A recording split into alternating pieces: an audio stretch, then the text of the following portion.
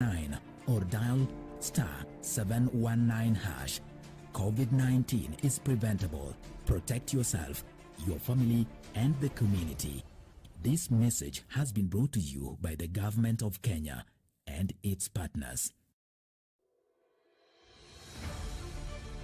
Virusi vya korona huenea unapokaribiana na mtu aliyeambukizwa kupitia matone, haswa wakati anapokohoa au kupiga chafya, na pia kwa kugusa sehemu au vifaa vilivyo na virusi hivi. Ukihisi dalili kama vile kupandwa na joto, kikohozi, maumivu mwilini na ugumu wa kupumua, na unashuku ulikaribiana na mwadhiriwa, jitenge kisha piga nambari 719 ili upate usaidizi.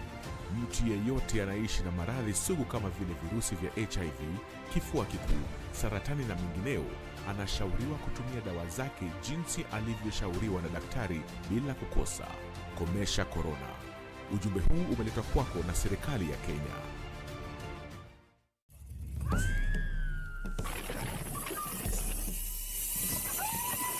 Travel comes in different shapes and forms. But what's important is getting out there and off the beaten path.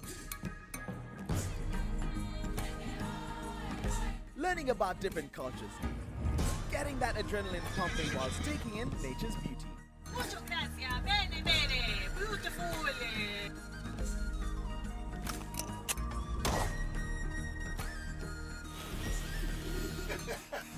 This season, we're proud to show you our home, that being Kenya. All this and so much more, only on Zurura. Find your adventure. Coming soon to KBC.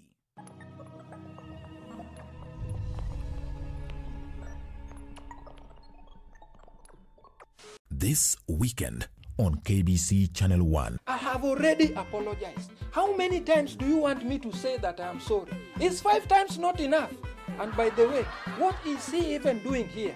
These are your students? How can you allow him to talk to you like that? Who are you doing it for? Teacher, what is happening here? I can already see the beginning of the end. Tija, just imagine you're a robber. How do you do it? I am not a robber, neither do I plan to imagine being one. Take back your notes. Huh? You can stay with your students and your sick school. Wait, can't we talk about this? Teacher, you know the lesson ended 5 minutes ago. Excuse me. Classmates, every Saturday on KBC. Next on. Watch your step, watch your step. Come on, move away from here. What just happened? You mean he's dead? Well, I thought he would be a lot tougher than that, but I guess the beating was more than he could stand. By now, he's moved on. Oh no! What I would like is that you confess how you forced Jose to commit that robbery, and that it was all your idea. Hello there, may I please speak with Miss Amaya Serrano? Who's on the line? I'm from the laboratory where she had a DNA test compared. A DNA test?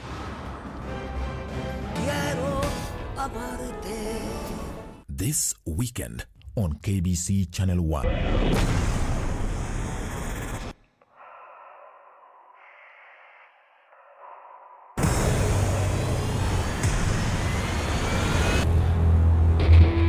Do you know where we are? No, sir. This is Earth. The temperatures on this planet fluctuate dangerously. Everything has evolved to kill humans.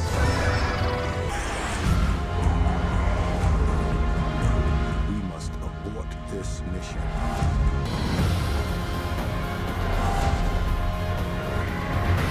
Remember, danger is very real.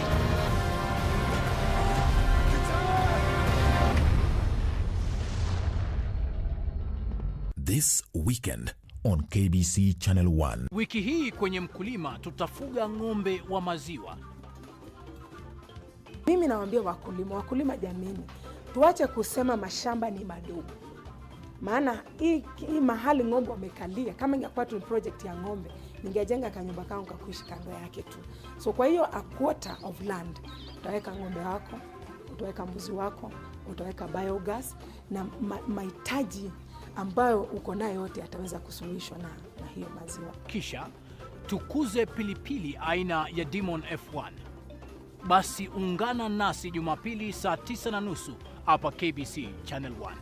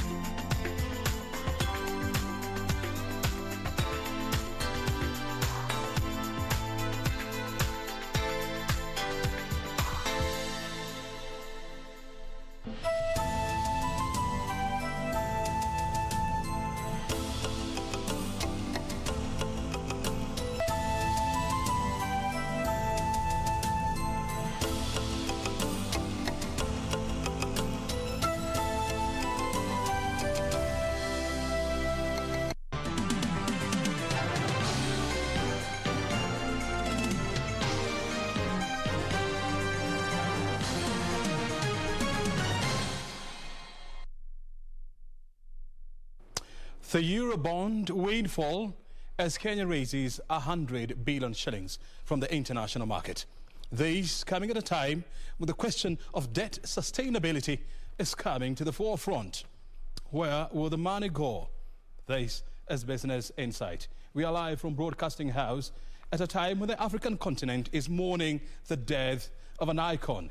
Zambian founding president Kenneth Kaunda succumbed today at the age of 97. We are live from Broadcasting House. My co-host in the name of Lucy Maura is our sign language interpreter. We are live here at O'Brien Kimani is my Twitter handle at KBC Channel 1. Keep us engaged. But first, a look at the highlights. 13 Western Kenya counties declared COVID-19 hotspots as curfew reviewed to start at 7 p.m. with weddings and funeral gatherings banned in zoned areas. Article 200 of the Constitution provides for Parliament to make legislation for qualifications of both voters and candidates for all elective positions in Kenya. Degrees for what? DP Ruto dismisses as unreasonable elections laws requiring candidates to be university graduates. Mimi sijatangaza, bado naanza kutetemeka, naanza kubweka. Subiri bwana, mambo bado. I'm not focused on endorsements for 2022. ODM leader Raila Odinga now says all his energies are on BBI. To jumpstart the COVID-19 ravaged economy, the wage bill to revenue and to GDP ratios must take a trajectory towards achievement of the target ratios. And a shocker for public servants as Salaries Commission applies brakes on pay hikes.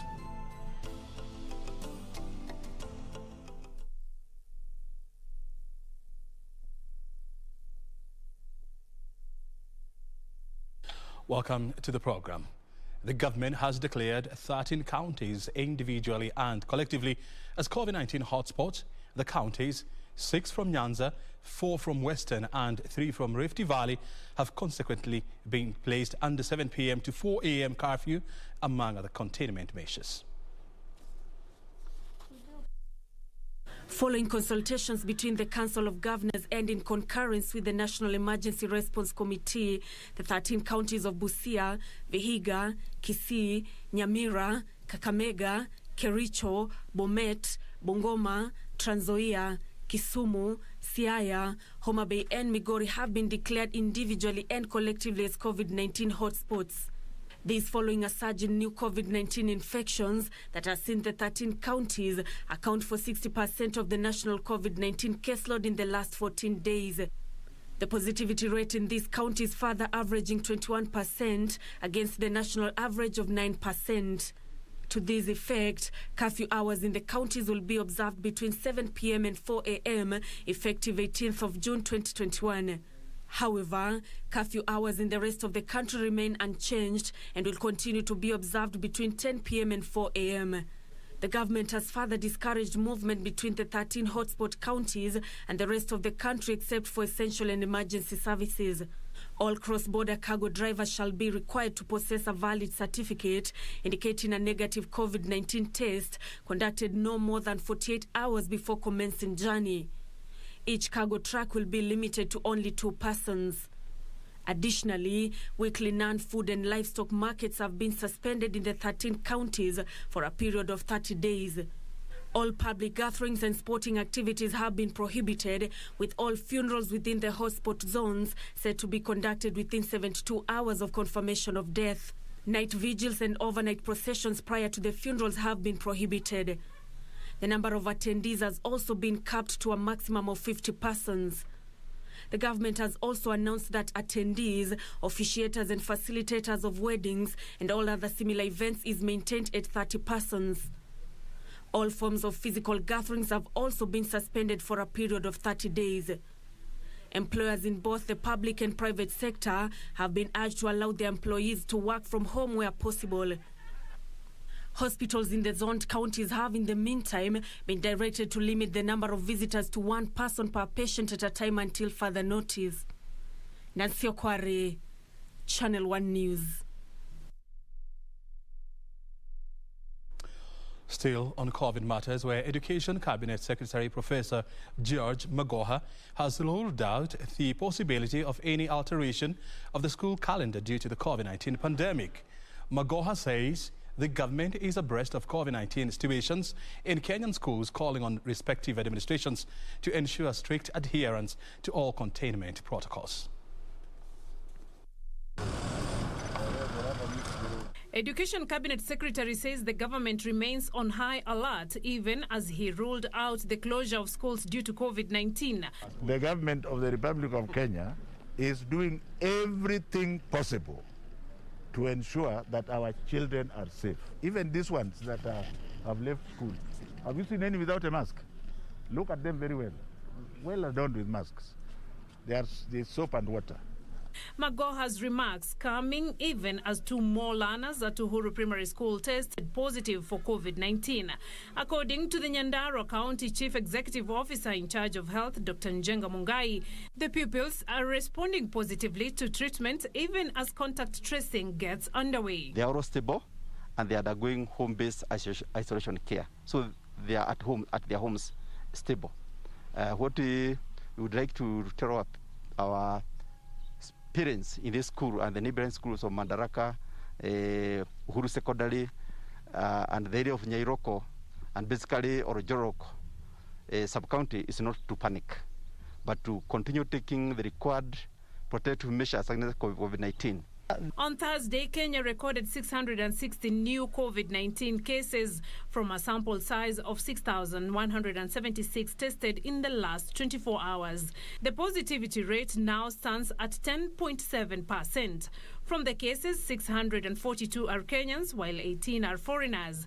360 are males and 300 females. The youngest is a 4-month-old infant, while the oldest is 102 years.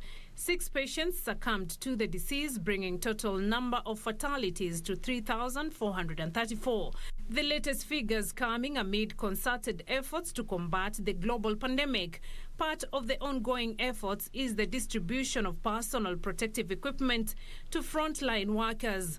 On Thursday, the Equity Bank donated PPEs to the Catholic mission hospitals to shield their medics from the disease. It is the responsibility of each one of us to try as much as practically possible to evade infection by COVID-19 virus. But as the case may be, that line of defense by washing hands, sanitizing, wearing a face mask is infringed, then there will always be a doctor, a nurse, a clinical officer who is adequately equipped and adequately protected to feel confident to serve those in need, and hence provide the second line of defense. Beatrice Gatonyangetich, Channel 1 News. Away from COVID issues now to politics, where ODM party leader Raila Odinga says he's not angling for any endorsements for presidency in the upcoming 2022 general elections. Raila says he has not declared interest in any country's top job, but remains focused on the success of the Building Bridges initiative.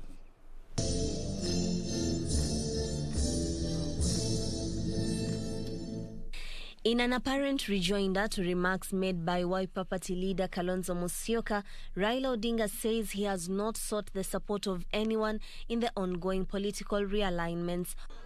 Lakini wengine wanasema ati hawawezi kuniunga mkono. Mimi si nimeuliza wewe uniunge mkono? Mimi sijatangaza. Bado wanaanza kutetemeka. Naanza kubweka. Subiri bwana, mambo bado. Watu wanaongea siasa kubwa za kitaifa. And they believe or think they can disregard some of us, even discount some of us. Let me assure you, ile vumbi ya siasa ambayo hujawahi kuona, utaona mwaka wa 2022, my friend. For those who perceive in their minds that wao ndo walimbeba Raila Amolo Odinga in the previous elections. Kulikuwa kuna candidates kadhaa na kadhaa who were willing to be his running mates. He nominated you. You did not nominate him to become the presidential candidate. On Wednesday, Kalonzo Musyoka stoked controversy within the National Super Alliance when he said Raila should not bank on his support come 2022. For NASA, it has been tumultuous 4 years, with the 4 principals appearing to read from different political scripts since the handshake. It is unthinkable that one Stephen Kalonzo Musyoka will support Raila Amolo Odinga for the 3rd time. I would rather go to Sekuru, my friend. The former Prime Minister insisted the political class should instead direct their energies towards the proposed referendum to break the chain of perennial electoral shortcomings. Mahakama ilitupeleka BBI kwa half time. Rege ijasimama, rege imeenda kwa half time. We want our country to prosper. We want our country to grow. We want Kenyan people to love one another, help one another and support one another, not to hate each other because one is successful and one is not. Ozi watoka kwa Mwenyezi Mungu, binadamu ni sababu, sio? Raila was speaking in Mombasa during the opening of an ultra-modern cardiology lab at the Coast General Teaching and Referral Hospital. Mombasa Governor Hassan Joho called for more collaborations between counties in the ongoing war against COVID-19. Mashini hii ambayo tumeifungua leo, it is only 2 of such kind of machines in the entire continent of Africa. Na leo iko wapi? Mombasa County. We are not called County 001 for nothing, my friend. We are offering technical support in terms of human resource or human capacity to our brothers in the Lake region. Wakitaka madaktari na manasa ambaye wamebobea na ufundi ambao wamebobea kutoka kwetu, tuko tayari kuwapatia wapambane na janga la corona, kwa sababu hapa tulifanya vizuri. Juni Karisa Mbele from Mombasa County. Still on politics, where Deputy President William Ruto has rallied behind review of some sections of the elections law to allow a majority of Kenyans to run for elective positions. Ruto says provisions of Section 22 of the Elections Law of 2011 were unreasonable and inhibiting. This even as Elgeyo Marakwet Senator Kipchumba Murkomen plans to table an amendment to remove degree certificate requirement for those seeking to contest for Parliament and county assemblies. Deputy President William Ruto now wants the Election Law 2011 relooked at afresh. According to the Deputy President, the law, which was shelved in 2011 for 10 years, would lock out majority of Kenyans from leadership positions. The Deputy President says it was time unreasonable restrictions were eliminated on the way of voters and candidates to be able to vote or vie in an election or referendum. The Constitution, Article 200 of the Constitution, provides for Parliament to make legislation for qualifications of both voters and candidates for all elective positions in Kenya. But Article 38 of the same Constitution says and prohibits any unreasonable restrictions being placed in the way of voters or candidates to be able to vie or vote in any election or referendum. Ruto argues that it is unnecessary to demand for uniform qualifications from leaders running for different elective positions in the country. If the intention of the Constitution was to provide a uniform qualification for all those positions, then it would have provided it in the Constitution. But the Constitution realized that there are different responsibilities. There is a variety of situations in Kenya, and the Constitution expected Parliament to exercise that legislative authority in a manner that takes into account all the considerations. And former Majority Leader in the Senate, Kipchumba Murkomen, wants Section 22 of the Elections Act 2011 amended so as to scrap the requirement for an academic degree for those vying for the position of MP and MCA. Murkomen wants the act amended to only provide for proficiency in English and Swahili. Meanwhile, Machakos Governor Alfred Mutua is challenging political leaders to focus on issues instead of always invoking the name of a deputy president, William Ruto. Mutua claims the obsession of a deputy president by his political competitors was giving him unnecessary mileage ahead of a 2022 polls. Unajua, imekuwa siasa za Kenya ni siasa za kupanga vile watu watapinga William Ruto. Ukisikia vile Uhuru anaongea, Raila anaongea, viongozi wanaongea, wote wanalenga kumpinga Ruto. Na hiyo kila wakati kuongea mambo ambayo inamuongezea Ruto jina inampatia sifa. Viongozi tuache kuongea kuhusu Ruto, tuongee kuhusu ni nini tutawafanyia wananchi. Ni sera gani tuwaletea wananchi. Kwa sababu tukiongea kuhusu Ruto kila wakati anapata hiyo marks ya kuongelewa kila wakati yuko kwa gazeti.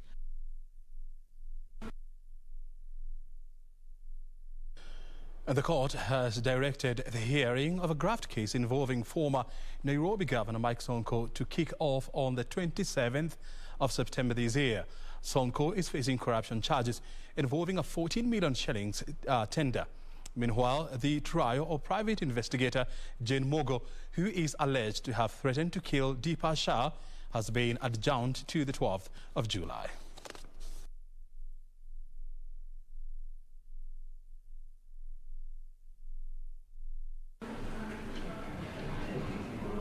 The new hearing dates have been set for a graft case involving former Nairobi Governor Mike Sonko. Sonko will be put to his defense beginning 27th of September. Sonko is facing corruption charges involving a 14.1 million shillings tender. Two protected prosecution witnesses have testified, with the third witness expected to proceed with his testimony after he was stood down during the last hearing session. Appearing before Magistrate Thomas Nzioka, the court directed an application by the DPP seeking to adduce fresh evidence in the case against Sonko and his co-accused persons will be heard on the 31st of August before trial magistrate Peter Ooko. Meanwhile, the trial of private investigator Jane Mogo of alleged death threats on Deepa Shah has been adjourned after prosecution say they did not have an interpreter in court. Appearing before Chief Magistrate Martha Mutuku, the court directed that the case be heard on the 12th of July. Mogo is out on a cash bail of 100,000 Kenyan shillings. For Channel 1 News, I'm Serafina Robbie. You're watching Business Insights. Of course, we are live from Broadcasting House. Our first break is well deserved, and thereafter we'll be back with more stories. This is KBC Channel 1.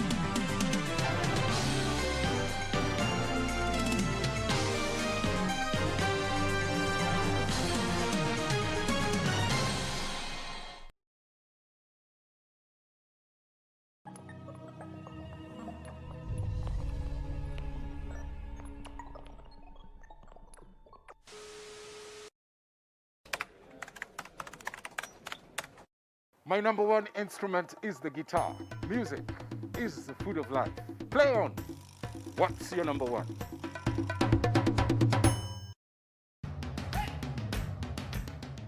Bwana Motiso, pikipiki yako ndio hii. Uko shoni yangu. Hii pikipiki ni unakumbuka uniekelea the lowest unique bid yako ilikuwa ngapi? 18 shillings. Na unajua kuendesha hii gari? Kidogo. Haya, kitoko yako shika helmet, kifungu yako chomoka na mali yako. Kujiunga na QuickBid ni rahisi. Enda kwenye M-Pesa, bonyeza paybill kisha weka business number 4032353. Kwenye account weka kodi ya bidhaa unayotaka na bid yako ya chini zaidi. Kwa mfano TV 16. Kisha weka shilingi 20 tu kama idadi yako. Weka bid yako pia kwenye www.quickbid.co.ke. Kumbuka, bid ya chini zaidi ya kipekee ndio hununua. QuickBid, bidhaa bora kwa bei ya chini.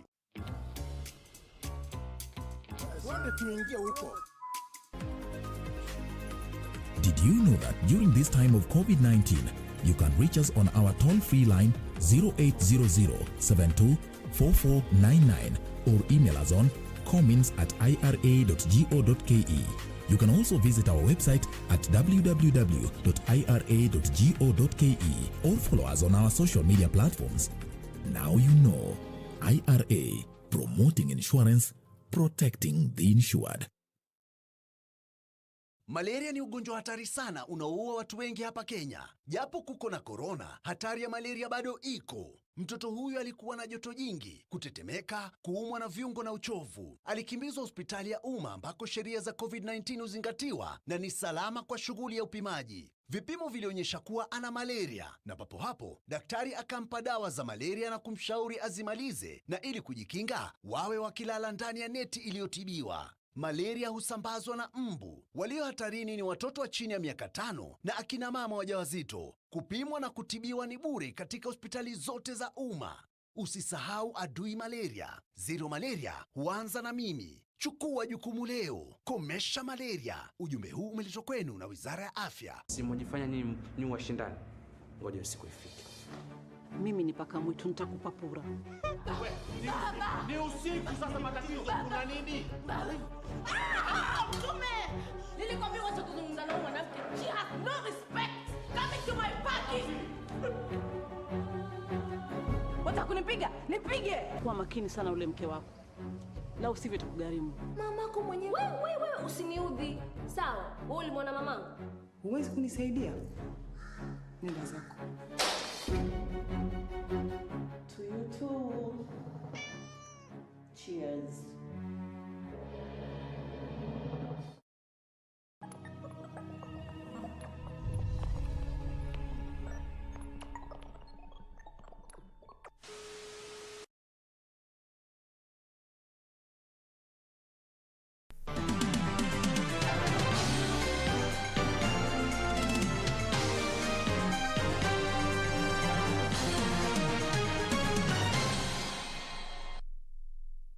Welcome back. Police in Busia have arrested 4 suspects of the theft of 232,000 shillings in Walatsi village, Nambale sub-county. Busia County DCIO Bernard Wamalwa says the suspects allegedly trailed their victim from a bank in Kakamega to Busia, where they robbed him of the money. It was the end of the road for 4 suspected robbers who allegedly made away with 232,000 shillings belonging to a man in Busia County. Many assorted items, including handcuffs and a fake gun, were found in their hired getaway car. Also found in their possession was a fake police badge and the victim's cell phone. Police say the 4 suspects, Charles Alope, Patrick Alope, James Kiari Waweru, and James Njuguna, have active cases in court. They will be arraigned in court to face robbery charges. Waliweza kusukumwa katika hilo gari na wakafungwa kwa pingu. Hao wakijidai ni maafisa wa polisi, hatimaye wakaweza kuwanyang'anya hizo pesa ambazo walikuwa nazo. Walisunguka na wao na kuenda kuwatupa katika njia mahali hakuna watu. Ndiposa tukapata kwamba mwenye gari anatumia hiyo gari kwa biashara ya kukotesha. Tuliweza kupata nani ambao walikuwa wamekotesha hilo gari na tukaanza kufuatana na wao. Kushirikiana na wenzetu katika kitengo cha ujasusi eneo la Nakuru, tuliweza kunasa hiyo wanaume 4. Meanwhile, a multi-agency security team has been deployed to flash out armed herders from the Buffalo Springs Game Reserve in Isiolo County. The move comes barely 5 days after 2 armed groups of herders clashed while grazing within the park, leaving 6 people dead. Kwa harakati ya kuongeza wengine zaidi ndio waweze kuwa na nguvu, kwa sababu we can't sustain this operation all the time. Lazima tuangalie long term. Lazima tuwe na rangers ya kutosha ambaye inaweza kulinda hii mbunga mbili. Hawa ndio wanajua vizuri mpaka ya hii mbunga, mali yote hawa wanajua. Hawa ndio wataenda mbele yenu. Vile mnajua tuko na armed militia within the parks or within our surrounding. So mkiona hiyo ni good deal tu, watu wa silaha, hiyo ni silaha haramu, haitakikani. Meanwhile, a peace meeting has been held in Marakwet East in a bid to find a lasting solution to tribal tiffs in the region. Locals have been urged to embrace peaceful coexistence. Naomba wenzetu East Pokot, Baringo ambaye ni jirani yetu, kwamba tubende amani ili tulishe ng'ombe wetu pamoja katika mto wa Kerio, tufanye biashara, tulime mashamba na watoto wetu waende soko Kolowa, waende soko Tagaigwa, waende soko Tot, Lomut ili kazi ifanyike mzuri. Juzi kumekuwa na wizi ya ng'ombe kati ya ndugu zetu ambao ni upande wa Tiati, na kufikia hadi sasa ni ng'ombe chache ambayo haijaweza kurudishwa, lakini tuko na imani ya kuwa tutaweza kuwasiliana na Tiati.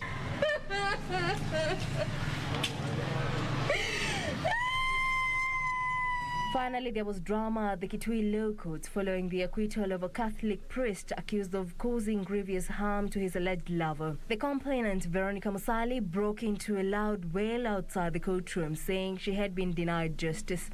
The accused, Father Japheth Move Kimanzi, who was formerly attached to the Kitui Catholic Diocese Kabati Parish, hurriedly left the court premises after a grueling 6-year criminal trial, which culminated in his acquittal. Mimi sijapata haki, but ninaomba haki.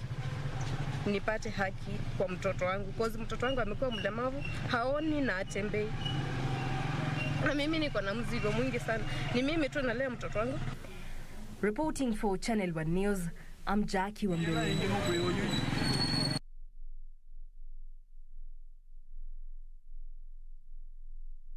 Well, the advent of COVID-19 has greatly aided the entrenchment of female genital mutilation and early marriages in the country, especially following last year's inevitable closure of institutions of learning.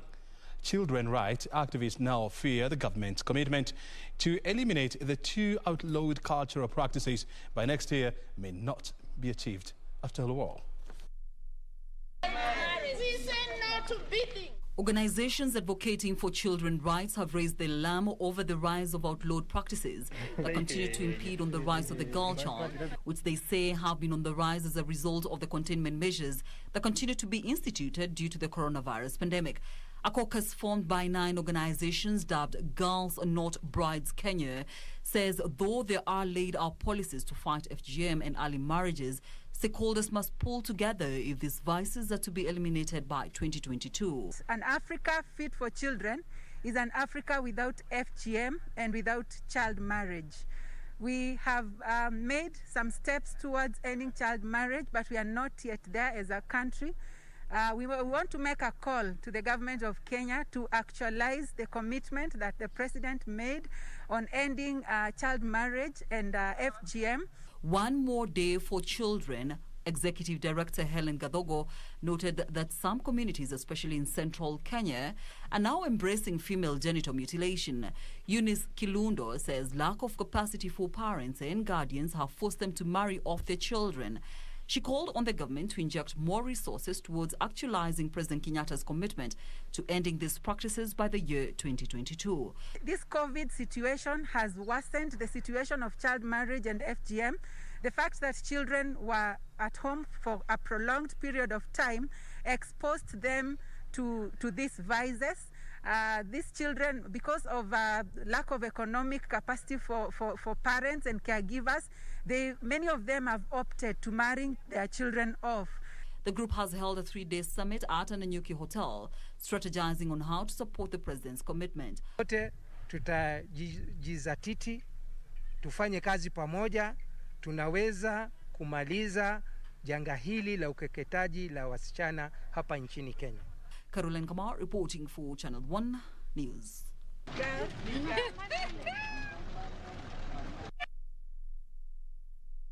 Residents of Kwarene in Oljorolok constituency of Nyandara County have staged a peaceful demonstration to protest the alleged grabbing of public land by a private developer.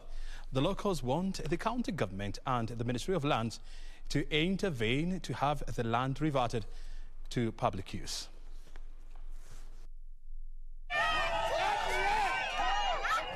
Locals in Kwarene village of Gatimu ward have taken to the streets to protest the grabbing of a public utility land by a private developer.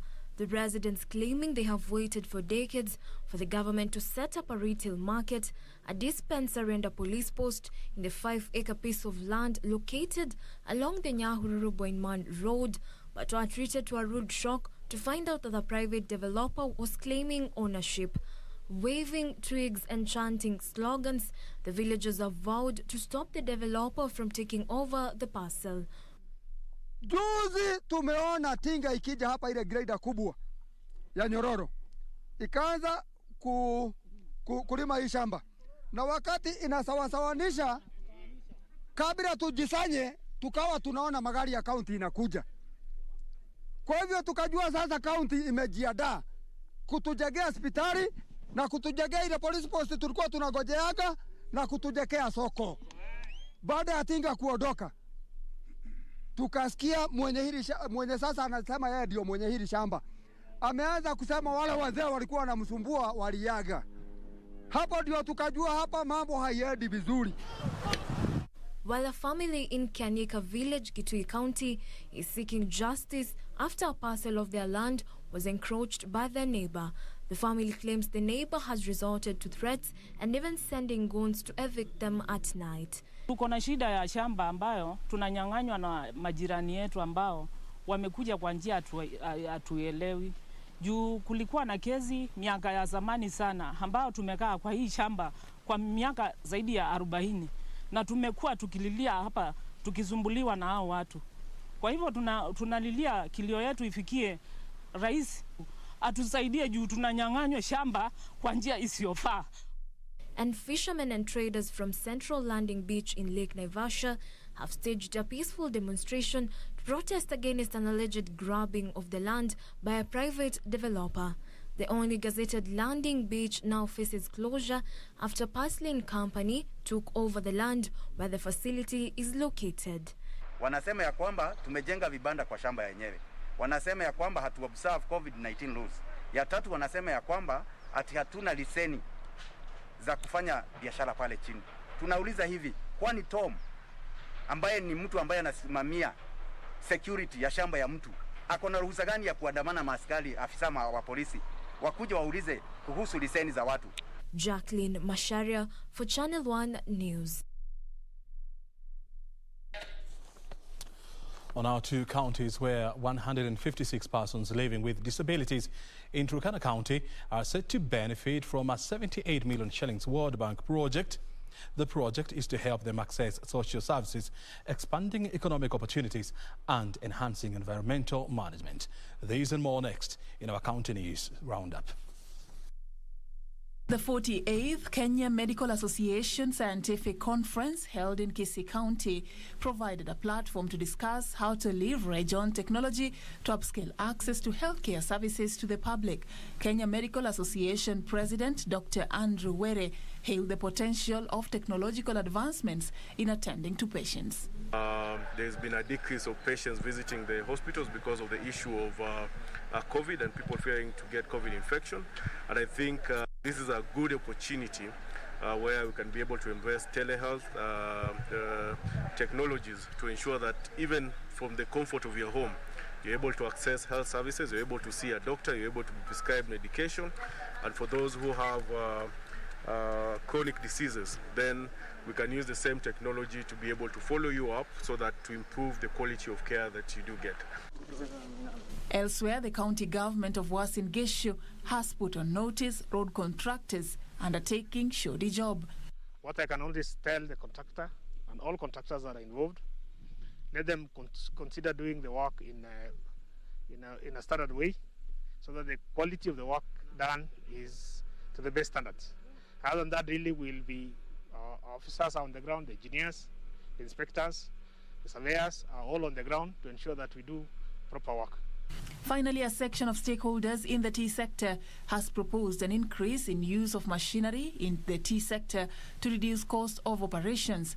During a meeting held in Murang'a town, tea farmers noted that the cost of operations has been too high, leaving farmers to get meager earnings. What we are doing is meeting with the different stakeholders within the tea value chain. And by meeting with them is to understand the cost elements across the value chain and seeing what we need to do in order to reduce these costs, and at the same time what we need to do also to bring up the price that we sell our tea at. Reporting for Channel 1 News, I'm Safin Aching Ouma. Now to international news, where Kenneth Kaunda, Zambia's first president and a key figure in its independence struggle, has died at the age of 97. Kaunda was admitted to a hospital in the capital, Lusaka, on Monday, suffering from pneumonia. His aides said he did not have COVID-19. In the 1950s, Kaunda was a key figure in what was then Northern Rhodesia independence movement from Britain. Kenneth Kaunda was one of the pioneer leaders of a new Africa's countries threw off colonialism in favor of independent statehood. Termed as a man of great personal charm, he was hailed as a modernizing force in the continent despite his initial rejection of the concept of multi-party democracy. As a committed Pan-Africanist, he began the task of building a new Zambia free to determine its own way in international affairs. But poor economic management caused his popularity to plummet, and he was voted out of office when free elections were held in 1991. Kenneth David Kaunda was born on 20th April 1924 at a mission station near the border between what was the Northern Rhodesia and the Congo. His father, an ordained Church of Scotland minister, died while he was still a child, leaving a family in straitened circumstances. But the young Kaunda's academic ability won him a place in the first secondary school to be formed in Northern Rhodesia, and he later became a teacher. His work took him to the country's Copperbelt region and to Southern Rhodesia, now Zimbabwe, where for the first time he experienced and deeply resented the full impact of white domination. One of his first political acts was to become a vegetarian in a protest at a policy that forced Africans to go to a separate window at a butcher's to buy meat. In 1953, he became the General Secretary of the Northern Rhodesian African National Congress, but the organization failed to mobilize black Africans against the white-ruled Federation of Rhodesia and Nyasaland. 2 years later, he was imprisoned with hard labor for distributing leaflets that the authorities deemed subversive. Disillusioned with what he saw as the failure of his party to take a stronger line on the rights of indigenous Africans, Kaunda set up his own party, the Zambian African National Congress. Within a year, it was banned and Kaunda was back in prison. His incarceration turned him into a radical. By 1960, he had become the leader of the new United National Independence Party, and fired with enthusiasm following a visit to Martin Luther King in the US, he began his own program of civil disobedience which involved blocking roads and burning buildings.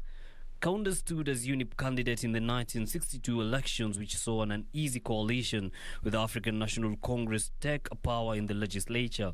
A prolific writer, he published a number of books advancing his ideology of the African socialism, which was picked up by other African leaders including Kwame Nkrumah in Ghana and Julius Nyerere in Tanzania.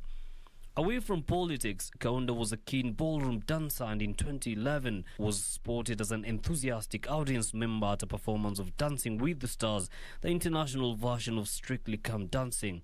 He also played an accomplished guitar player and composed liberation songs which he played as he traveled the country to drum up support for the campaign against the colonial rule. His death was announced by his son Kambarage, who wrote on his late father's Facebook page informing the nation that Mzee has rested. Yusuf Farah, Channel 1 News.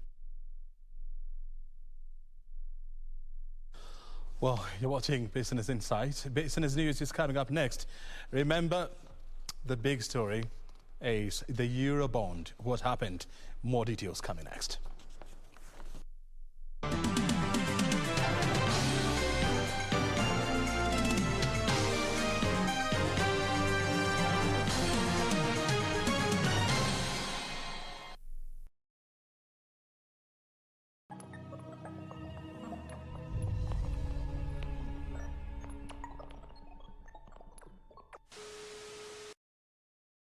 In 5, 4, 3, 2, 1, tip. It is a great pleasure to be back on KBC Channel 1.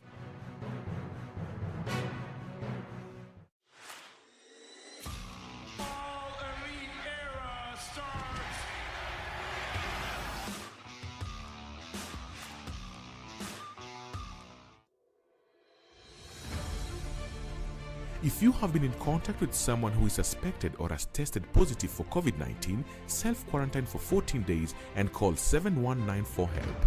Self-quarantine restricts movement and the spread of the disease and protects your family, friends and community from being infected. During self-quarantine, you are advised to stay in a separate room, disinfect surfaces and clothing with appropriate disinfectant, avoid sharing household items, including utensils, towels and beddings, do not receive visitors, wear an appropriate face mask if you must be around other people. COVID-19 is preventable. Protect yourself, family and the community. This message has been brought to you by the Government of Kenya and its partners. Kupata skiza tune ya usifadhaishwe, dial star 811, star 815 hash.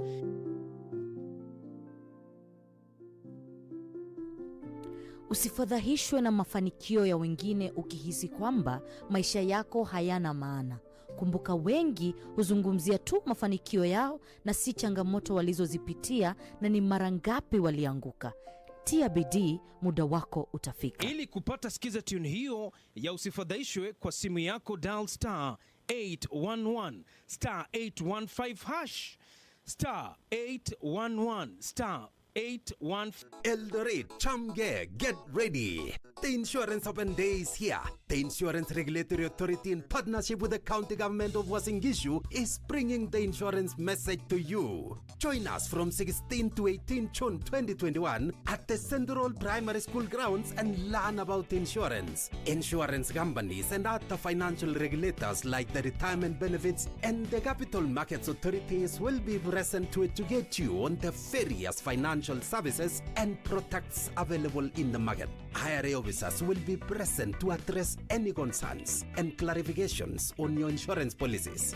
Entry is free and all Ministry of Health COVID-19 protocols and guidelines will be observed. Get to Eldoret. IRA, promoting insurance, protecting the insured.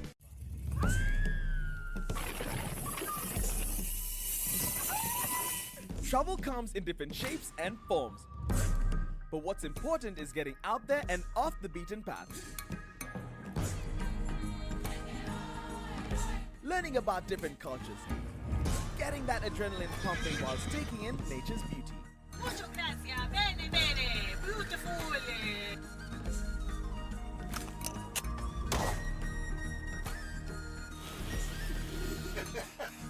This season, we're proud to show you our home, that being Kenya. All this and so much more, only on Zurura. Find your adventure. Coming soon to KBC.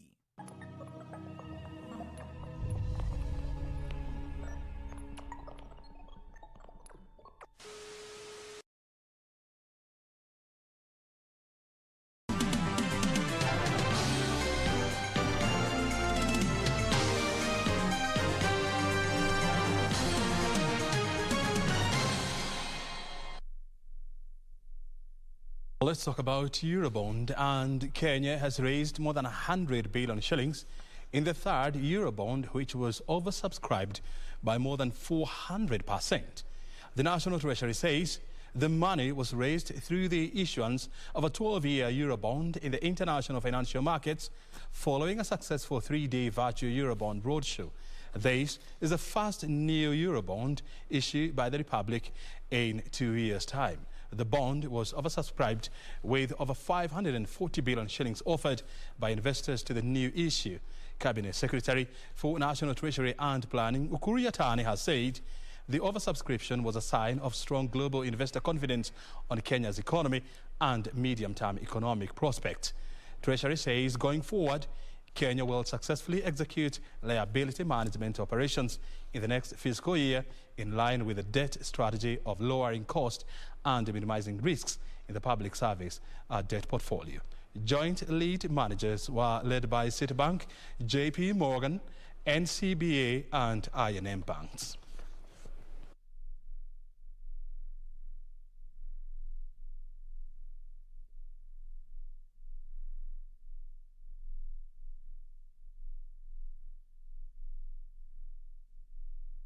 And of course, do stay right here for more analysis on the Eurobond, the third. Well, the Capital Markets Authority has cautioned Kenyans against investing in unregulated products offered and promoted by unlicensed firms or unapproved entities.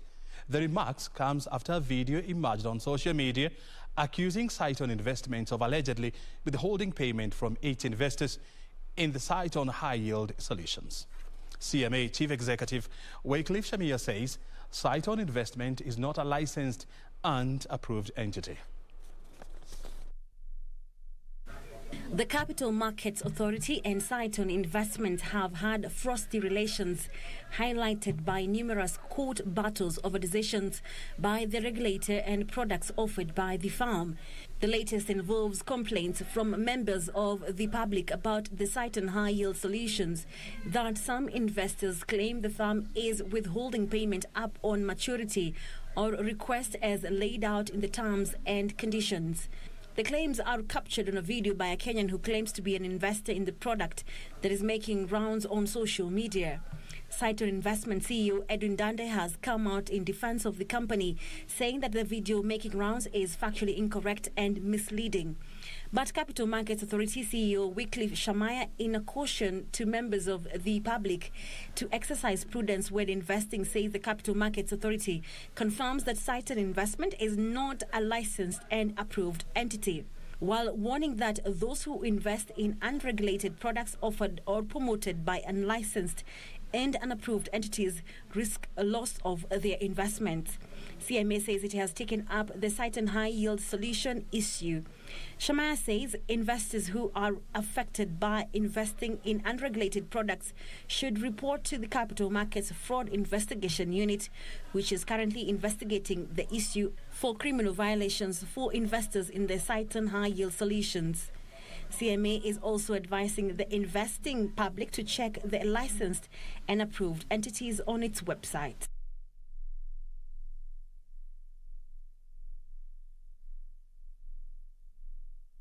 Elsewhere, the government has frozen pay hikes for all public officers for 2 years. The Salaries and Remuneration Commission cites fiscal challenges and efforts to tame runaway wage bill as the main reasons. Hardest hit will be teachers and elected officials who have in the past been clamoring for a pay hike. For the last 6 years, the government has been battling a stubborn high public wage bill that has increased from 526 billion in 2013-2014 to 827 billion shillings in the current financial year. The bill has worsened in the last 5 years as most counties embarked on a hiring spree to complement their existing workforce. Today, the Salaries and Remuneration Commission has poured cold water on any plans to increase salaries and wages for public officers. SRC Chairperson Lynn Mengich says the decision was based on the economic slowdown following outbreak of COVID-19 pandemic, coupled with efforts to manage the ballooning wage bill. The wage bill to revenue ratio, if we hit the revenue target that is being projected in the budget, it will give us a trajectory to around 48%. So we will actually be back to where we were a year ago, as opposed to 51.7%. The public sector players need to follow in the example of the private sector players and engage in social dialogue in discussing with each other at organization level and to promote understanding and to maintain peace. According to the SRC, in the 2019-2020 financial year, the wage bill increased by 32 billion shillings as compared to 795 billion shillings in the 2018-2019 financial year. A fiscal consolidation strategy from the National Treasury to International Monetary Fund indicates that the government will freeze hiring and pay hikes to reduce to 5.4% of GDP in 2020-21 to about 3% of GDP by 2022-2023. The SRC, however, says ongoing pay talks in various institutions will proceed as planned. Mengich says the pay hike freeze is expected to tame the unsustainable wage bill as the government redirects the thin resources to strategic priority areas that will jumpstart the COVID-19 ravaged economy. To release resources for investment in the priority areas, the wage bill to revenue and to GDP ratios must take a trajectory towards achievement of the target ratios. The fact that COVID pandemic has hit us very hard as a people. And it's during these moments that we have to engineer new ways of finding solutions. SRC says based on the performance of the economy, National Treasury will advise the Commission when the review can be done.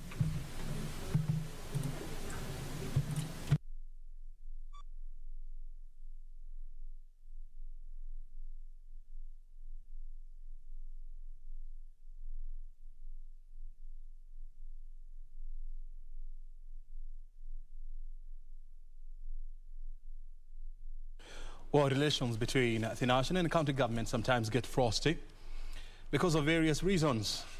But did you know that there is an institution whose role is to ensure there is harmony between the national and county government? The Intergovernmental Relations Technical Committee Chair, John Furugo, is in studio with us to help us understand how the two institutions are moving along and how dispute resolution has been enhanced. Thank you very much indeed, Chair, for joining us here. I want to hear from you. Almost 1 year since the new team came into office. Of course, you had a full entry. What have you managed to achieve as a team? I would say thank you to be in the studio today to inform Kenyans that there is an institution called Intergovernmental Relations Technical Committee, which is an independent office founded under Article 6 of our Constitution, principally to be an entity of the government that cultivates and maintains intergovernmental relations between the national government and the county governments. At the inception of a devolved system of governance, the two levels of government were allocated functions by the Constitution as per Schedule 4, Part 1 and Part 2, and therefore in the execution of these functions, the two levels are expected to work interdependently. They are expected to be able to consult, cooperate, as well as coordinating their execution of the mandate in service delivery. Very well. So since we came into office in June of last year, 2020, we have been able to continue enhancing these intergovernmental relations. We are the second generation team. The first team came in office in 2015-2020.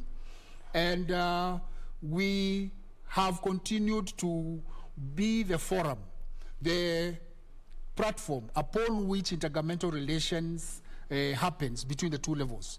We are the Secretariat of the Summit. We have continued to undertake the secretarial level services to the Summit. The Summit is chaired by His Excellency the President, and the Vice Chair is the Chairman, Council of Governors. Currently is His Excellency Governor Abora, and formerly it was Governor Oparanya of Kakamega. Very well. Principally, we, as a secretariat, we do prepare the agenda of the summit. We also implement the directives and policies, resolutions emanating from the deliberations of the summit. Very well. You know, there was a report that was released last year, sometimes in July, indicating that, you know, total assets at the county level was about 110 billion shillings, while total liabilities stood at 57 billion shillings. And there were questions as whether this was an accurate figure. As a commission, well, you have to be a commission, but as a committee, have you managed to verify whether these are the actual figures as we stand? I would say that the pioneer team was able to collate that information, and we have also been able to now analyze the report and come out with the liabilities and the assets of the de facto local authorities, the ones that were 175, today inherited by the 47 county governments. The velocity of that information, the summit approved evaluation that is being steered by the Ministry of Lands, so that the Ministry of Devolution is able to coordinate all the agencies, an interagency team that is undertaking now that valuation of what details were captured, so that the veracity is authenticated, and the transfer is done to the county governments. And the settlement, we have also provided the settlement options, how those debts may be resolved, so that the county governments do not inherit what liabilities were left behind by the local authorities. Those settlement options have been provided, approved by the summit, and transmitted to National Treasury. It is upon National Treasury to work together with the county governments in first providing for those liabilities within their budgets, or look at what assets they may transfer to the national government, so that in the process we are able to settle those debts, and with that, then the county governments would have a clean bill of health to be able to move forward without the baggage of those liabilities. And something else that we have seen is that we've seen some lenders attaching bank accounts of various county government. For example, I think it was in 2016 when the accounts of Nairobi City County were attached because of non-payment or non-servicing of debt. Are these counties really capable of servicing these debts? I would say that counties have the mandate of undertaking procurement of services and goods, and they have a capacity to be able to meet the debts. The pending bills issue that has been there for long, that the county governments are grappling with, comes with the pace and the timeliness of the release, disbursement of the allocations to the county governments. You are aware, like right now, the county governments are grappling with the non-disbursements for the last 4 months. And of course, when all that money, that 102 billion that is awaited, Treasury has indicated it will release 40 billion for now. But when that money is released, and then if MIS is shut because we are closing the financial year, it obviously incapacitates the county government's ability to be able to pay. However, that notwithstanding, the procurement programs that the county governments have must be able to speak to the budgets that they have, so that they do not overshoot the budgets they have. They buy, procure services and goods within the budgets allocated, so that then they do not have pending bills when the time comes for them to pay. They do not have something overrunning what budget they are allocated. There is also the need for them to prudently be able to measure, tailor their cloth within the available, their dress within the available cloth. And we have also had, from the auditor, the Office of the Auditor General, raising questions about some counties and about whether they are having what we call prudent physical management in their spaces. And the question has been raised as to how serious are counties adhering to the PFM Act. Is this something that is within your purview, and are you looking into these issues? Yes, it is within our purview, and I would say that there has not been any abuse by the county governments. There would be misallocation, misappropriation, where the budget, the allocated revenues may be misdirected to programs that initially were not planned for. I would want to say this. PFM Act, Section 100, provides that if any county government is operating its financial systems out of the PFM law, the National Treasury, the Controller of Budget, would work together to stop for the stoppage of the disbursements. That means that they would have no allocations, they would have no transactions, even within themselves. Everything would be shut. We have not seen that in the last 8 years that we have had devolution. It means, therefore, we have challenges. I'm not so absolving the counties from that 100% they are operating well. We have challenges, especially on adhering to what they declare as budget, and then what they implement. In the implementation is where we have the challenges. And no wonder we have a pending completion of projects. We have also issues where we have pending bills. So we have lack of a certain percentage of prudency that is required to be improved. But essentially, we would say that they are sticking, but there is always room for improvement. There is room for improvement. And we have also seen a situation whereby some county chiefs, have faced impeachment on allegations or accusations of, misappropriation of public funds. And we have a case of the Wajir governor, even though the issue is still in court. We have also seen the case of Nairobi governor.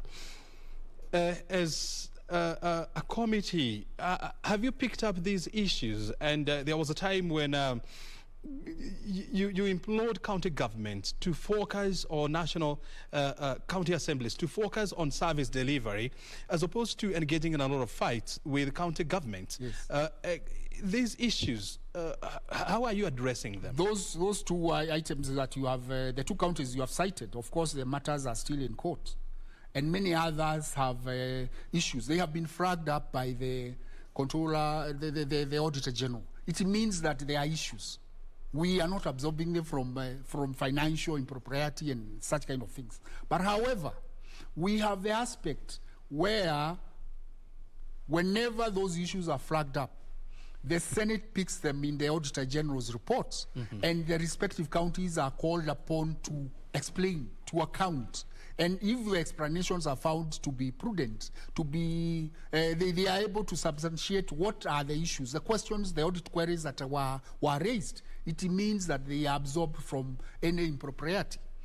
I would say that as an institution, Intergovernmental Relations Technical Committee essentially is to cultivate harmonious relationship between the two levels. That does not mean that when there are issues of maybe delay in disbursement of resources, issues or where a county is flagged for financial impropriety, we will not come in.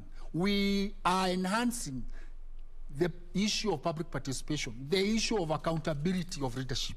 Those are the aspects that we call upon the citizenry of respective counties to participate in the budgetary process, making process, budgetary implementation process, and budgetary accountability, where the county assemblies are the oversight. They offer oversight. But when we engage with county assemblies, you find most of them want to implement the projects, which is the responsibility of the county executive. Them is to allocate the budget and oversight the county executive. So the county assemblies need to really stick to their job, and we would have better oversight, better accountability of the allocated resources than this situation where they demand we want ward resources, which ward resources they go down to influence, and therefore the prudency and the impropriety now becomes a mix. There is a fusion, yet we are supposed to be independent arms so that we are able to exercise the aspect of accountability, the oversight by the county assemblies.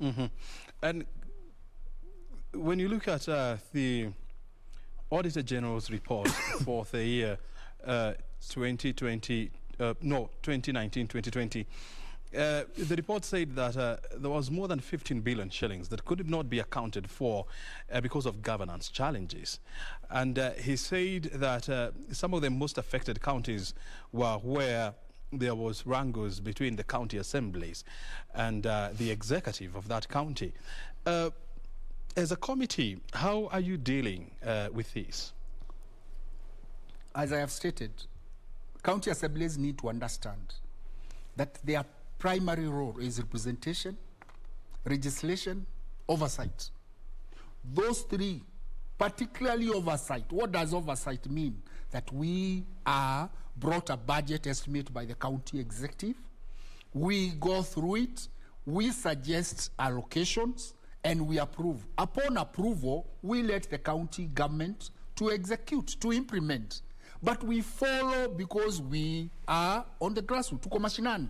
So down there, you look at the dispensary that is coming up, the bridge that is coming up, the water project that is coming up, And the reports follow. And those are the reports that now bring out the issue of proper execution or otherwise. And that is where now the oversight comes out. There is also the aspect of public involvement, where the citizenry, through the mobilization of the county assembly representatives, the MCAs, in their wards, they need to be able to urge the people to come out. When the budget proposals go out, public participation on the budget making. What are your priorities in this ward? It is not the dispensary, it is a bridge. It is the classroom. It is not the water. It is a road. So those priorities start from the ward, and then they are allocated resources. Then the MCA, the county assembly, holistically now undertakes the oversight. That has to be properly executed by the MCAs across the board in all counties. We can only engage them by building capacity, enhancing their capacity on oversight.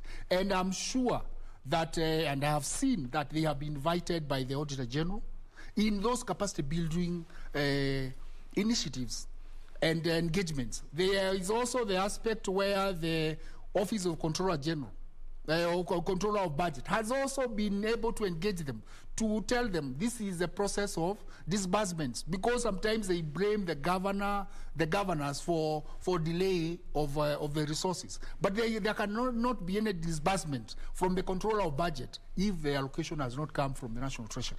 As you're aware, the Senate summoned the Cabinet Secretary for Treasury because of this disbursement delay. And they have suggested that the National Treasury, together with the Central Bank, explore a way of opening a special account for the county government's shareable revenue allocation. Upon the approval of that budget, upon the approval of the division of revenue, the 370 billion that is expected throughout the year to go to the counties should be deposited in that account, so that subsequently, upon request, just like how they request today from the Controller of Budget, the Controller of Budget would go to that account, and there would be no issue of effects from of revenue changes and such challenges.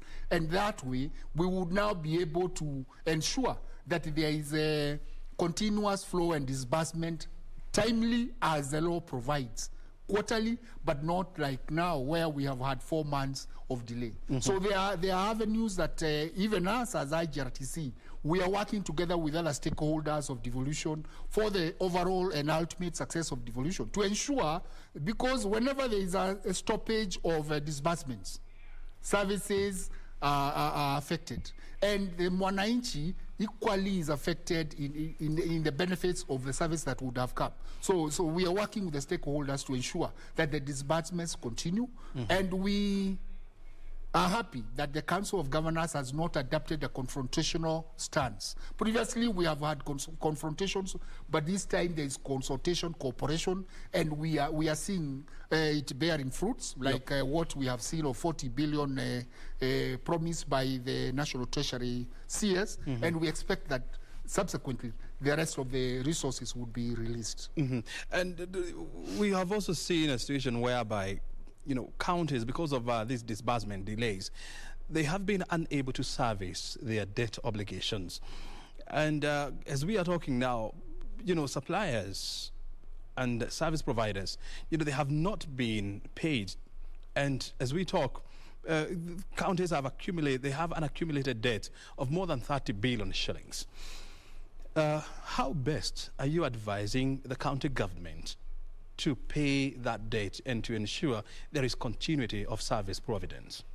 I am aware that in 2020, January, the current CS for Treasury flagged up 11 counties which had lagged behind in settling debts, pending bills.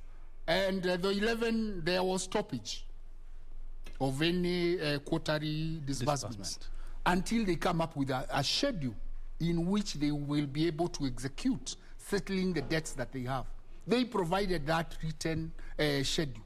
and it was accepted by the National Treasury and the Controller of Budget. Since then, which means that schedule should have been implemented by deducting the money at the source. I am not aware what transpired, because these debts would have been settled by July of 2020. But it's never happened. Because that was the agreement, that give us a schedule that by 2020 you will have no pending bills. And they gave the schedule. The money was released, and upon that schedule, that is what would have now followed to clear that. So there is lack of sync between the control budget, what the counties also commit to be able to in settling these pending bills. But you also agree with me that Treasury is also part of the problem, because when they delay disbursements, of course there is a pile up of debt. How do we ensure that a situation like this is not allowed to prevail? Some of the issues are beyond the control of the Treasury. Obviously, let's say this. For example, who anticipated there would be COVID? And there was that budget of 2019-2020. So in 2020, the third quarter of 2019-2020 budget, we had to reallocate. The National Treasury had to reallocate all these resources that were there to mitigate and fight the pandemic. You are aware that in the same year, His Excellency the President, working together with the National Treasury, there was that the tax reliefs that were given. You know that January of this year, they were to go for 1 year.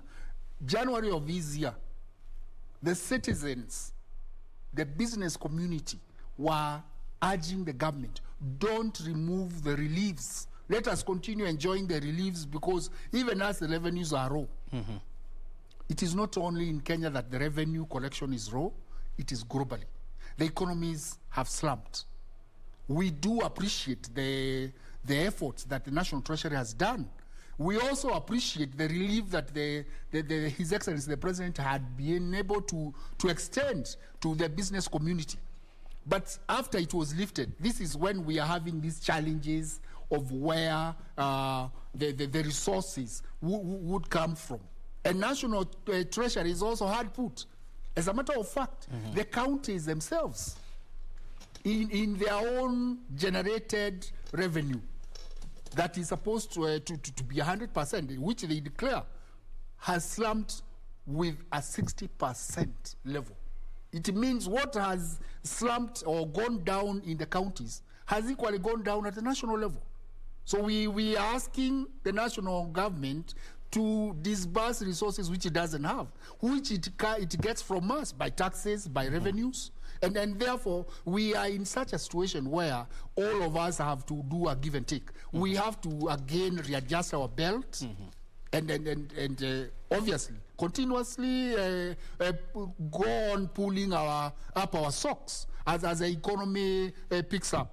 And then we would now, when the economy is back to normal, we would now blame National Treasury with those challenges. And you're talking about, because of COVID, revenue at the county level dropping by more than 60%.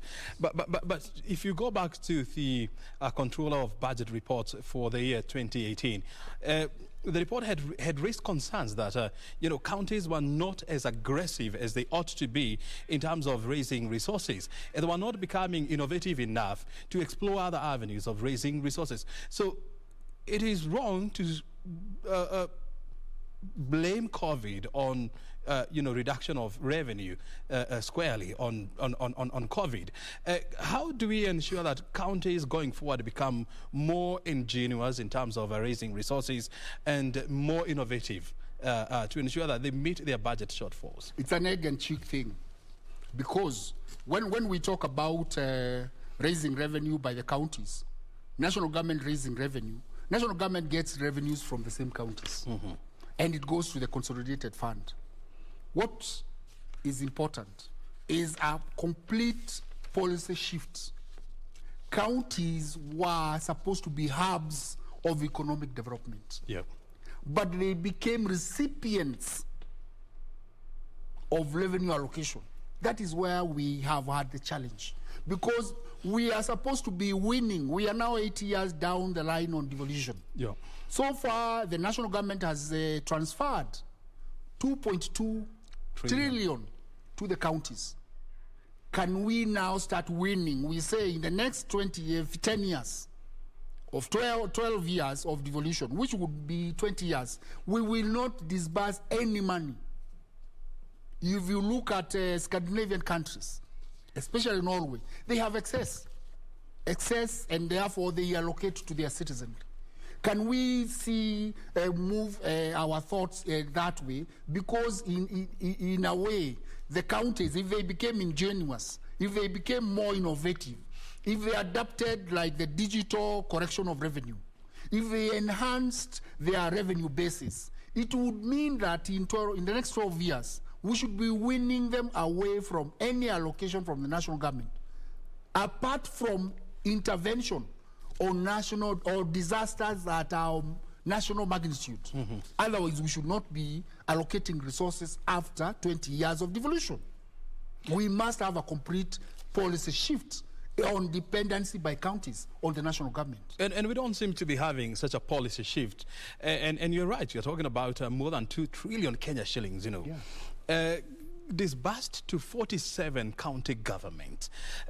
If you were to look at ROI, I mean, or what we call return on investment, would we say that the country has gotten value out of this investment? The country has had a lot of value. The value does not translate tomorrow, especially the infrastructure programs. It will be able to reap benefits to the citizens. Maybe not this generation, but the generation to come will be able to see the foundation that was laid. There is nothing that comes in tomorrow. It's not a flip that today we build a road, a railway, and then it flips. No. Right now we are embarking on blue economy. We are investing quite a lot on the issue of storage, the issue of the infrastructure, the ships, the trainings, and everything. It will take time. But when it now starts bringing benefits, people will think that it has started today. No, it took about 50 billion to be able to bring that infrastructure that now brings 100 billion. So citizenry needs to be able to understand, give the government time to be able to implement. The government also should be accountable to the people, and that accountability comes through public participation. So it's an all-round thing. We are all Kenyans, but we must play our respective roles wherever we sit. Before I let you go, Chairman, I want to hear from you.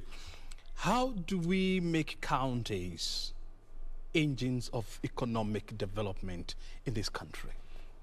First is on policy. They need to be able to do long-term planning. The national government has Vision 2030. We also have the Big Four agenda. As they plug in their CIDPs, Comprehensive Integrated Development Programs, the annual development programs, the special programs, they should be able to plug into that and do long-term planning. Like what we just said, the policy shift. I would want to commend the governor for Laikipia, because he's the first governor to be able to do a shift. He's leasing vehicles and equipment. He is also now giving out a fund, a bond. He's floating a bond for infrastructure, which means that counties can be able to turn. We have the Urban Areas and Cities Act, which has brought 59 urban areas. Can we turn these urban areas into hubs of economy, into productive municipalities, properly planned and structured? That is possible. Progressively, we must do long-term planning, long-term investment, so that we can reap benefits. And we also must give our own timelines. You see, like Equalization Fund has its 20-year lifespan. For the counties, 14 of them, which were lagging behind education, roads, health, water, so that they are able to be in tandem and at the same level with the marginalized coming together to be at the same level. That lapses. What about winning the counties from the reliance on revenue allocation from the national government by turning their resources? One, the municipal areas, they should be able to be properly, spatially planned. They should be able also to have a shift on revenue generation. progressive revenue generation involving the citizenry of their respective areas. Can they do resource mapping? Our counties are well endowed. Can they do resource mapping and work with the national government to bring in investors in their respective areas? Very good. Yes. Very well. I have to let you go in the interest of time. Otherwise, thank you very much, Chairman, for your time and, of course, for your insight. Thank you. That is John Furugu. He is the chairperson of the Intergovernmental Relations Technical Committee, joining us here to help us understand how we can make counties centers for economic growth. You're watching Business Insight. Let's move on, where the Kenya National Highways Authority, Kenya, has rolled out a countrywide operation to implement compliance with axle load limits in efforts to protect roads from destruction by overloaded vehicles. Kenya Roads Inspector Doreen Ayako warns that transporters convicted of for overloading risks fine of up to 800,000 shillings. Despite Kenya having punitive fines for transporters who overload their vehicles, cases of overloaded vehicles are still rampant on Kenyan roads. This has prompted the Kenya National Highways Authority to launch an operation to enforce compliance to ensure that motorists adhere to axle load limits. Our main mandate as axle load team is to protect the most expensive utility in Kenya, that is the road. It is the most expensive utility we have here in Kenya and anywhere in the world. So we are here to protect its well-being. Kenya's road network is an asset estimated to be worth 3 trillion shillings, hence they need to protect the roads. Here in Embu, as is the case in other parts of the country, she says those transporting construction materials are the most notorious for overloading vehicles. The other thing we are here for is to encourage the transporters to come out in large numbers. It is not offensive to harvest and transport sand here in Kenya. It's not a crime. So we encourage them to come out, but complied. There are several circles that control the sand transporters. Some of them have been able to rein, most of them have been able to rein on their members. But very many trucks, some trucks do not belong to any circle.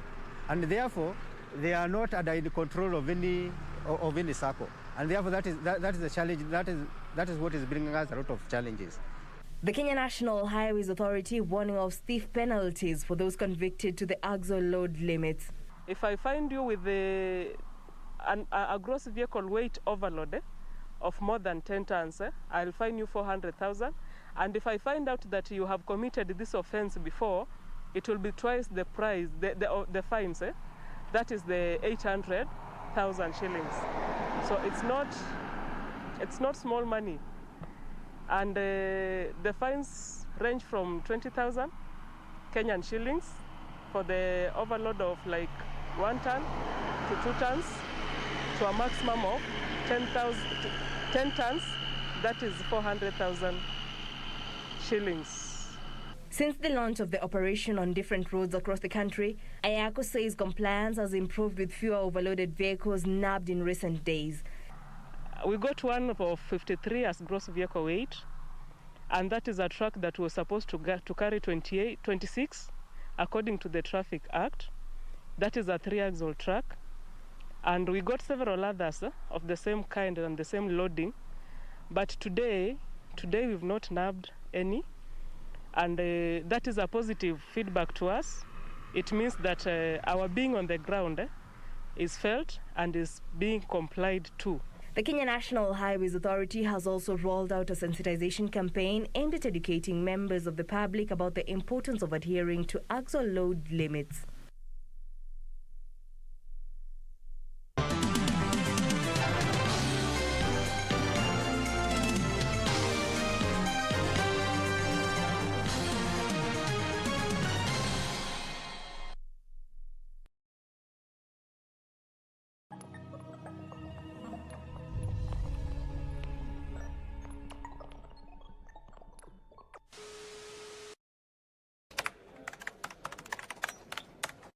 So what is my number one favorite football team?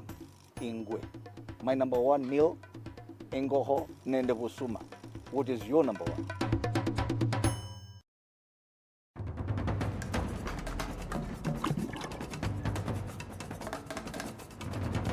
I hope you're ready for climbing trees.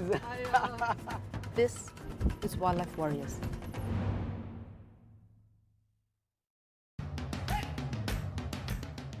Bwana Motiso, pikipiki yako ndio hii.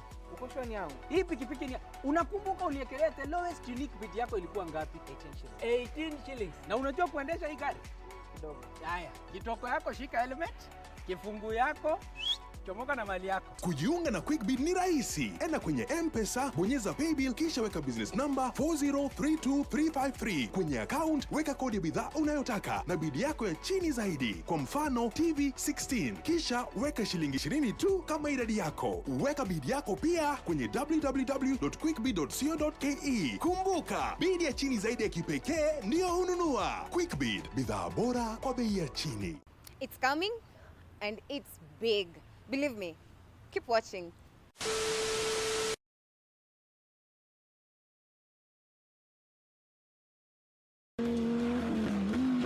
The greatest rally in the world is back in Kenya. Catch all the action of WRC Safari Rally live and exclusive on KBC Channel 1 from 24th to 27th June. See the world's best drivers navigate their machines on Kenya's rough terrain at breakneck speeds. Experience the thrills, adrenaline, drama and excitement as man and machine do battle. Don't miss out. WRC Safari Rally, live and exclusive on KBC Channel 1, your true sports partner.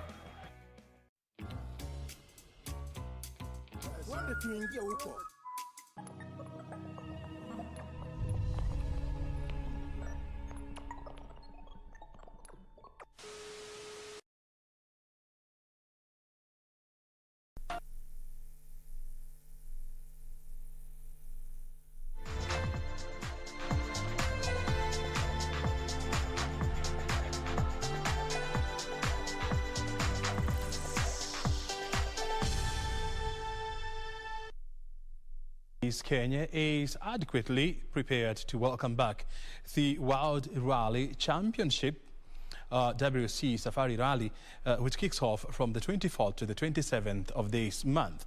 The President has also urged motorsport enthusiasts who will be attending the event to act accordingly, insisting that it had taken the country years of negotiations and preparations to restore Kenya's status in the World Rally Championship.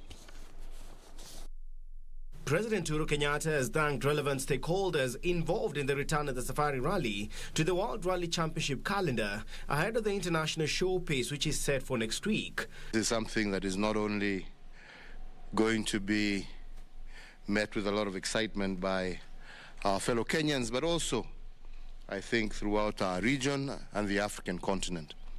And I want to thank Bwana Todd, he'll be here, for really, because he has been very, very cooperative and very, very supportive. The President, while presenting brand new rally cars to Hamza, Anwar, Mikreki Madhi and Jeremy Wahome at State House today, wished the young drivers success in the Safari Rally and in future local and international motorsport events. Today, Your Excellency, I'm proud to present to you the future of the Safari Rally in Kenya, in Africa, and hopefully on the globe. We have brought with us 3 young and ambitious rally drivers who in a few years, I'm hoping actually this time, will represent our country really well. Believe you me, you can make something. And not only just participating in this rally, but also representing us, I believe, the long term, even in international events, and putting Kenya truly and squarely on the rally map globally. The 3 drivers have been selected for the FIA Rally Star program, receiving sponsorship from service providers Safaricom and Kenya Airways. President Kenyatta also took the chance to urge the Kenyan corporate sponsors of the 2021 WRC Safari Rally to continue supporting the event in future so as to ensure Kenya retains it long term. To all the sponsors, asanteni.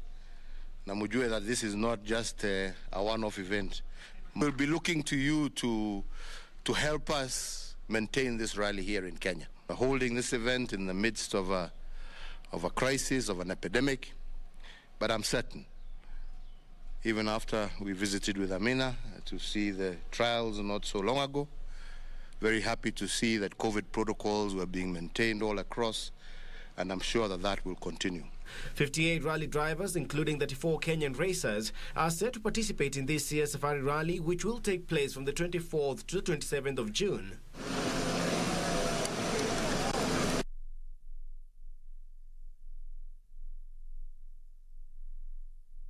And of course, remember, Kenya Broadcasting Corporation is the official broadcaster of the WRC Safari Rally, and so you wanted to keep it here for world-class coverage. Lilian Kasait edged out favourite Helen Obiri to win the women's 5,000 metres in the Olympic trials held at the Kasarani Stadium today. Meanwhile, Kenyan's record holder Ferdinand Omanyala emerged victorious in the men's 100, clocking to 10.02 seconds. Kasait, making a first appearance at the trials meet this season, took charge of the race from the onset. The 5,000 meters champion led the leading pack that comprised of Helen Obiri and Agnes Tirop. Kasait crossed the line in 14 minutes and 52 seconds, ahead of Helen Obiri, who settled for the second position. Agnes Tirop completed the podium dash. Tunapoenda Olympic, natarajia mazuri sababu najua huko mbele ni iko na a lot of competitors, so Kenya naomba tu Mungu atupe good health kama Kenya team na tuende tufanye vizuri. Nimekuwa na a lot of challenges, injuries this season, but ilinipatia hope kuwa it's the only medal I'm missing in my career, but for now niko na ticket. The main team ilikuwa ni kumake team, so I'm looking forward to catch up na speed sababu tuko na less than 40 days to go, so nione ni kitu gani sasa nikafanya inipatia at least ndio kuweza kushinda. In the men's 100 meters final, Ferdinand Omanyala edged out favourite Mark Otieno to win the race in 10.02 seconds. Otieno came in second, while Okot Benson settled for the third position. Naweza sema ni kitu kubwa sana kuqualify nyumbani. Tulienda Nigeria tukaqualify, baadaye kufeel vile na feel sahi. So nilikuwa nataka kuqualify nyumbani. Yenye nimepea mafans wa home a good show. Na appreciate sana. In the women's 1500 meters final, Faith Kipyegon emerged victorious ahead of Winnie Chebet and Ediba Jebikot, who settled for the second and third positions respectively. Daniel Mwendwa for Channel 1 Sports.